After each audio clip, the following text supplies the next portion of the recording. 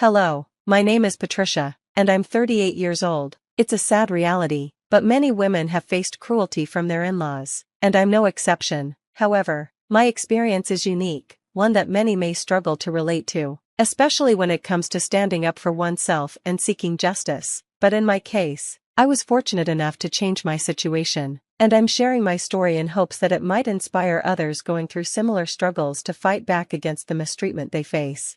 Everything changed the day my husband, Andrew, came to me with some heavy news. He said, "I need to tell you something important." Naturally, I was concerned and asked if everything was okay. His answer was a grave no, and then he confessed something that would alter the course of everything. He had witnessed his mother and sister committing a terrible act.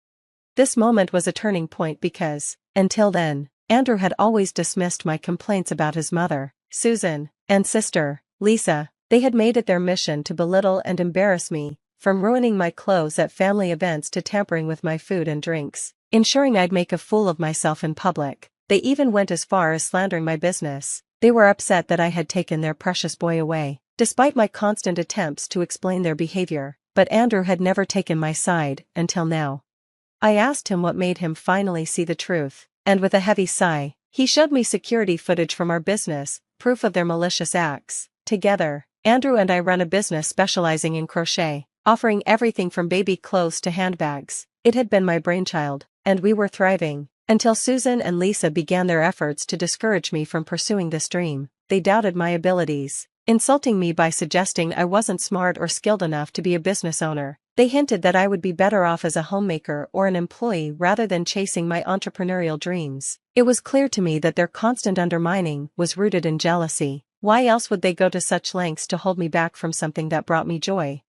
Until now, Andrew had been blind to their cruelty, despite my tearful explanations and the evidence of spoiled food, ruined dresses, and their unwarranted criticisms of my business. But the proof he saw changed everything. The footage was shocking: two figures, masked but unmistakably feminine, one taller and the other shorter, vandalizing our shop with spray paint. Then, Andrew pointed out a detail I had missed: a distinctive necklace worn by one of the vandals. It was an exact match to a piece he had given his mother, Susan, during our trip to Hawaii. I felt a wave of validation wash over me as I realized the truth. "I see what you mean," I said, finally feeling heard. "It must be them."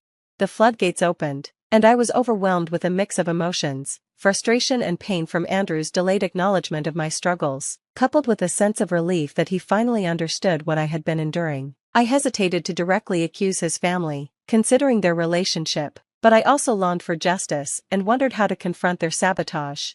Just then, Andrew received a call from Lisa, which seemed almost like fate. She told him about the upcoming family reunion to welcome Uncle Jacob home for the weekend. "Are you planning to confront them about what we discovered?" I asked, unsure of Andrew's stance. He confessed that he was torn between loyalty to his family and standing by me. "I want to, but it's difficult. That's my mother and sister," he admitted. Yet, he reassured me, "If you decide to confront them, I'll support you in every way possible." As the weekend approached, we found ourselves at a crossroads: confront Susan and Lisa with the truth, or find another way to address the injustice they had caused. Andrew's willingness to support me, despite the complexity of the situation, marked a pivotal moment in our fight against the relentless hostility of his family. On the day of the reunion, we made our way to Susan's house early, eager to help with the preparations for the big family feast celebrating Uncle Jacob's return. His homecoming was a major event, given his beloved status and long absence. The atmosphere was charged with anticipation for the joyous reunion ahead. However, upon our arrival, I immediately sensed a shift. Susan and Lisa, who had always greeted us with warmth, suddenly wore expressions of thinly veiled jealousy and disdain at our presence. "Oh, you two are here early?" Susan remarked, her voice dripping with false sweetness. "Yeah, Mom, we thought we'd come by to help out with the crowd," Andrew replied, ever the peacemaker. "Aren't you just the kindest?" she responded, though her eyes were anything but kind as they landed on me, as if accusing me of some unspoken crime. Then, with the smoothness of a serpent, Susan commented on the vandalism of our shop, a tragedy she had conveniently noticed. Lisa quickly chimed in, echoing her mother's feigned sorrow. Their performance was almost laughable. If not for the venom beneath their words, they could barely contain their glee, almost breaking into laughter at the deceit they had so carefully crafted. I bit back my anger, choosing to feign ignorance. Now wasn't the time for confrontation. I waited for the perfect moment to expose their treachery. Andrew played along, careful not to rock the boat too soon. We spoke in unison, our words dripping with irony. It's devastating, truly. We can't imagine who would do such a thing. Their reaction to the mention of involving the police was just as defensive as I'd expected. Lisa hastily cut in, trying to downplay the incident. Police for a minor act? Surely it was just kids messing around. Oh, Lisa, it's heartwarming how you worry about these kids, I replied, my voice thick with sarcasm. But regardless of their intentions, they need to be held accountable. After all, ignorance isn't a valid excuse for such actions.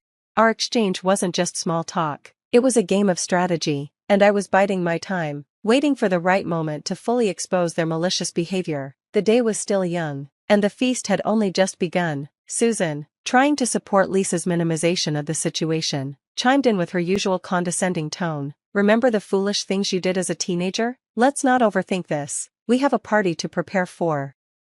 Her words were an attempt to dismiss the vandalism as youthful folly, but I could see it clearly. Our mention of police involvement had rattled them. Despite their attempts to appear unfazed, the tension in the air was undeniable. Andrew and I exchanged a silent, meaningful glance, an unspoken agreement passing between us to maintain our act. We joined the others in preparing for the party, cooking, cleaning, and setting up. By 4 p.m., the house was buzzing with the arrival of family members, and the long-anticipated reunion was in full swing. In the midst of the chaos, Andrew pulled me aside, his face serious. He handed me a concealed microphone. Wear this, he whispered, his voice tinged with a mix of regret and determination. I know I'm not confrontational enough to go directly against my mother and sister. I'm not the assertive figure you hoped for, but this way, you can uncover the truth on your terms. You're stronger than me. With this mic, you can gather the evidence we need for justice. I understood what he was offering, a different kind of support, one that played to my strength. I clipped the microphone on, hit the record button, and began my covert mission. It didn't take long before I found Susan and Lisa in the kitchen, engaged in a heated conversation. I lingered by the door, careful not to alert them to my presence. Lisa's voice was tinged with anxiety. She knows everything. Mom, didn't you see how she was looking at us? Quiet, Lisa, you're being paranoid, Susan replied sharply, but I could hear the uncertainty in her voice. She has no idea it was us. I'm telling you, she knows. I can feel it, Lisa insisted, her panic rising. Even if she suspects something, what can she really do about it? Susan countered, attempting to soothe Lisa's nerves. Remember, Andrew is on our side, and she loves Andrew. If she found out and tried to tell him, he'd never believe her over us.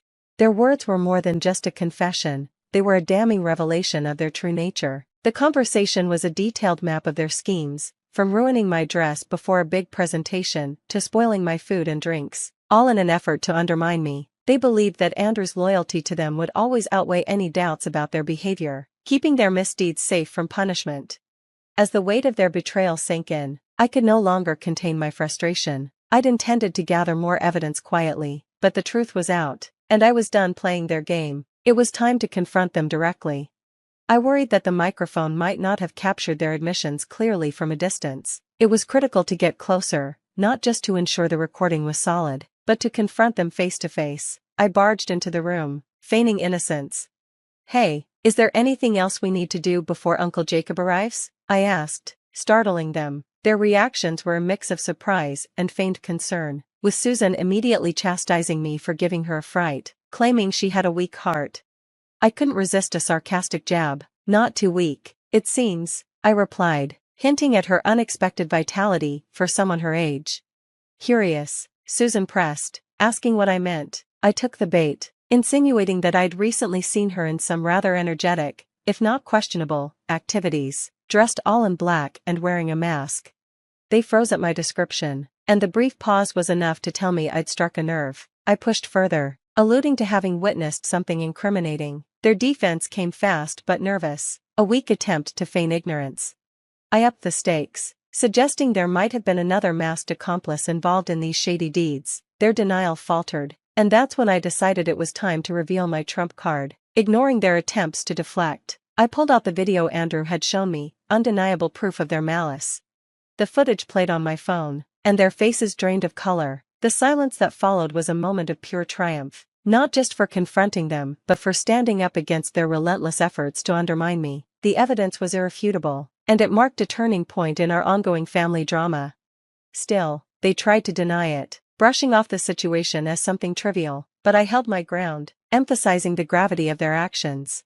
"This is a very serious matter," I insisted, pushing the phone closer to them. I could see their expressions shift from arrogance to panic as they realized the footage directly implicated them in the vandalism against my business. Lisa quickly attempted to deflect, but Susan, desperate, hissed for silence. The pressure was too much for Lisa to bear, and, out of guilt and fear, she finally confessed. Susan's denial crumbled in an instant as Lisa admitted their crime, leaving them no escape, but rather than take responsibility, their tone shifted from confession to defiance. They taunted me, thinking their connection to Andrew would make them untouchable. They were wrong. I met their challenge head-on. "Andrew's affection for you may be strong, and maybe he won't intervene," I shot back. "But what makes you think I'll stand idly by after you targeted my business? My passion?" My voice was unwavering, my resolve clear. In a desperate attempt to erase their confession, they lunged for my phone, but I was faster, sidestepping them with ease. They threatened me, but I remained unfazed, fully aware that the evidence was securely backed up beyond their reach. "Even if you manage to take this phone from me," I said coolly, "the evidence is already secured elsewhere. Making threats now only worsens your situation." I stood my ground, warning them that their intimidation tactics wouldn't work on me. Lisa's threats grew darker, but they felt hollow in light of their exposed wrongdoing. I faced their aggression with a calm yet firm resolve, prepared to defend my livelihood against their vindictiveness. The tension in the kitchen thickened as Susan and Lisa's threats escalated into a chaotic chase. I dodged them deftly, fear mixing with determination. The moment I flung the door open, a wave of relief washed over me as I saw Andrew standing there, unaware of the commotion that had unfolded just moments before. "Help me, your mom and sister are out of control," I exclaimed, desperate for his intervention. Andrew, taken aback, could only ask what was happening as Susan quickly twisted the narrative, accusing me of being the aggressor. She falsely claimed that I had threatened them with violence and vandalism. Andrew looked torn, stuttering as he tried to find the right words. My heart sank, but I urged him to stand by me, to defend the truth against the lies his family was spreading. He remained silent, and that silence spoke volumes about his inner conflict. Susan seized the opportunity to remind him of his loyalty to them, suggesting that his allegiance would always lie with his family, not with me. Andrew tried to mediate, claiming he loved us both equally, but his indecision only deepened the rift between us. I reminded him of the irrefutable evidence he had shown me. "Look at the truth, Andrew," I said, pushing him to acknowledge the reality of what had been happening.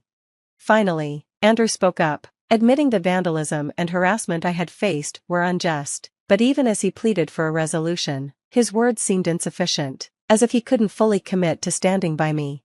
Just then, Uncle Jacob entered, blissfully unaware of the tension in the room, eager to join the celebration. He brushed past the charged atmosphere, but Susan and Lisa weren't done yet. They continued their threats, warning Andrew of dire consequences if I took legal action. Their manipulation didn't stop there. They questioned Andrew's autonomy, suggesting he would side with them out of obligation rather than reason. Andrew's silence only fueled their narrative, casting doubt on his support for me. The situation reached a breaking point, and I stormed off to join the larger family gathering at the grand dining table. Despite the turmoil within me, I forced myself to sit with an air of calm, determined not to show my anger. Andrew and Lisa followed, and though Andrew shot me glances full of unspoken words, my fury kept us silent. When Susan and Uncle Jacob arrived, the awkwardness of the moment was palpable. The meal began, but my anger simmered beneath the surface, threatening to boil over. Finally, I could take no more. In a quiet moment, I stood up, commanding the attention of everyone present. "I have something crucial to share," I announced, my voice steady despite the storm of emotions inside me. I didn't name them directly, but let the recorded argument play, exposing Lisa and Susan's malevolence for all to hear. Gasps and murmurs rippled through the room as their scheme was laid bare. Lisa and Susan sat frozen, their deceit fully revealed, yet they still tried to discredit me, accusing me of fabricating the entire ordeal for attention. The dinner devolved into chaos, with accusations flying back and forth. The family scrambled to comprehend the full extent of the betrayal. Andrew remained silent, his words lost amidst the uproar, until the sound of approaching sirens cut through the noise. In a fit of rage, Susan accused me of orchestrating their downfall. I didn't do anything, I protested, still unaware of the police's imminent arrival. Then, Andrew spoke up. I did it, he admitted, confessing that he had called the authorities. His declaration shifted the atmosphere, acknowledging the wrongs done to me and pledging his support. This is about right and wrong, Andrew said, his voice firm. Mom, Lisa, it's time to face the consequences of your actions. As the police arrived, reality set in. Andrew's intervention wasn't just an act of support, it was a crucial step toward restoring justice within the family. His words marked a moment of reckoning, underscoring the importance of standing up for what's right, even when it means confronting those closest to us. The police went straight to Susan, who was making a scene, shouting as they took her away. Lisa tried to flee but was quickly apprehended. Both of them were clearly embarrassed as they were escorted out, throwing angry glances my way and calling me names. As they passed by Andrew, they called him a traitor. Once they were gone, the mood lightened considerably. We started talking about how difficult it had been to deal with Susan and Lisa, and Uncle Jacob even joked he'd rather be in jail than spend another minute with them. The rest of the family reunion went on to become one of the best we'd ever had, all thanks to their absence. Later that night, our phones started ringing with calls from the jail. It was Susan and Lisa, trying to reach out to family members. Some of us talked to them, suggesting they needed time behind bars to reflect on their actions. Others pretended the call was breaking up, and most of us ignored them altogether.